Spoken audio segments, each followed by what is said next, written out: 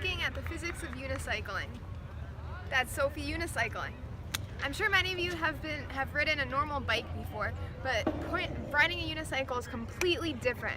It is much more complicated and intricate. Let me explain why! To start, how does someone balance on the unicycle? The simplest answer is just keep moving. We all know Newton's first law, an object in motion tends to stay in motion. But now I'll explain how it all works. While most people think that the first thing you should know how to do is to balance in place on the unicycle, they're wrong. In fact, it's one of the hardest things you can do on the unicycle, and even experienced riders have trouble doing it. In order to start being able to balance, you have to start with just moving forward and wiggling around. Your body will unknowingly correct itself, and the wheel will help you stand straight up. Take a look at this video.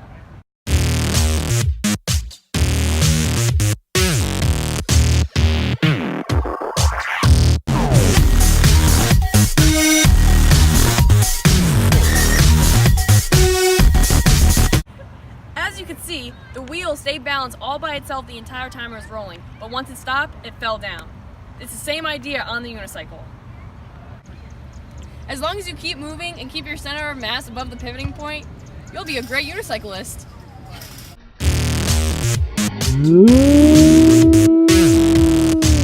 The real question though is, once you get moving, how do you keep moving and go even faster? The answer is the three forces that act on the object. So, the three forces are gravity, contact point, and friction. Friction allows the unicycler to turn, speed up, or slow down. The faster that the person unicycles and pedals, the faster they will accelerate. Acceleration is also determined by net force and mass. This is the equation that proves it.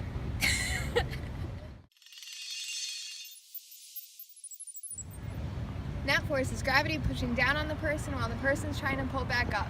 And this is how acceleration works. The last step to unicycling is being able to have controlled turns, and if you're not able to accelerate and balance correctly, then this part will be very difficult for you. For beginners, most start with just flailing their arms around and trying to lean certain ways, like this.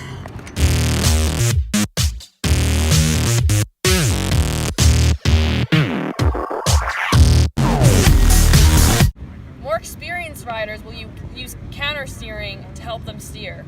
And this, they make a slight turn in one direction, the opposite way from where they want to go, and start leaning in the direction they do want to go. Once they're leaning, their body will correct themselves and then push the wheel and their body in the direction they actually want to go.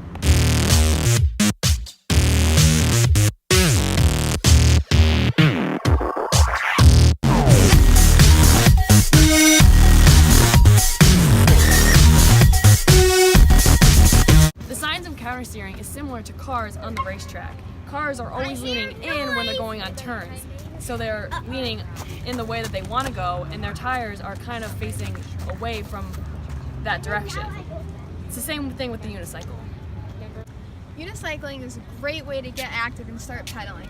Once you've mastered the bicycle, you should definitely try the unicycle. Thank you for watching our video today. We hope you learned all about the physics of unicycling.